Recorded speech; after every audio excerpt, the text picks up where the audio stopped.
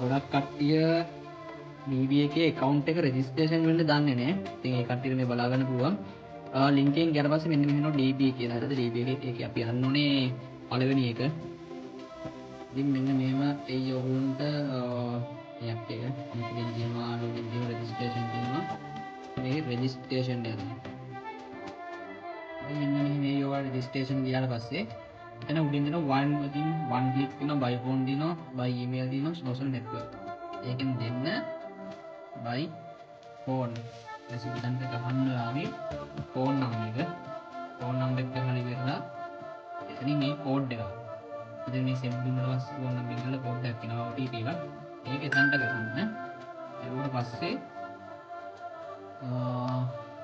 ඊට පස්සේ මෙතන මුකුත් කරන්න දෙයක් නෑ. promo code එක. මෙතනට ගහන්න මගේ promo code එක. තරුණ 2001 කියන එක ගහන්න. ඊට පස්සේ මෙතන ගහන්න first name එක ඔයාගේ. ඊට පස්සේ surname එක ගහන්න. මොකක්ද නම් දෙයක් ගහන්න. ගහලා මෙන්න ටික් එකක් දාලා registration දෙන්න. එතකොට register success වෙනවා. ඔයාලට password එකයි email එකයි ගියේවි. password එක ID එකයි. ඇතුළට ගියාට පස්සේ ඇතුලේ තියෙන personal file එක print කරගන්න තියෙනවා. ඒක මම වෙනම වීඩියෝ එකකින් දාන්නම්.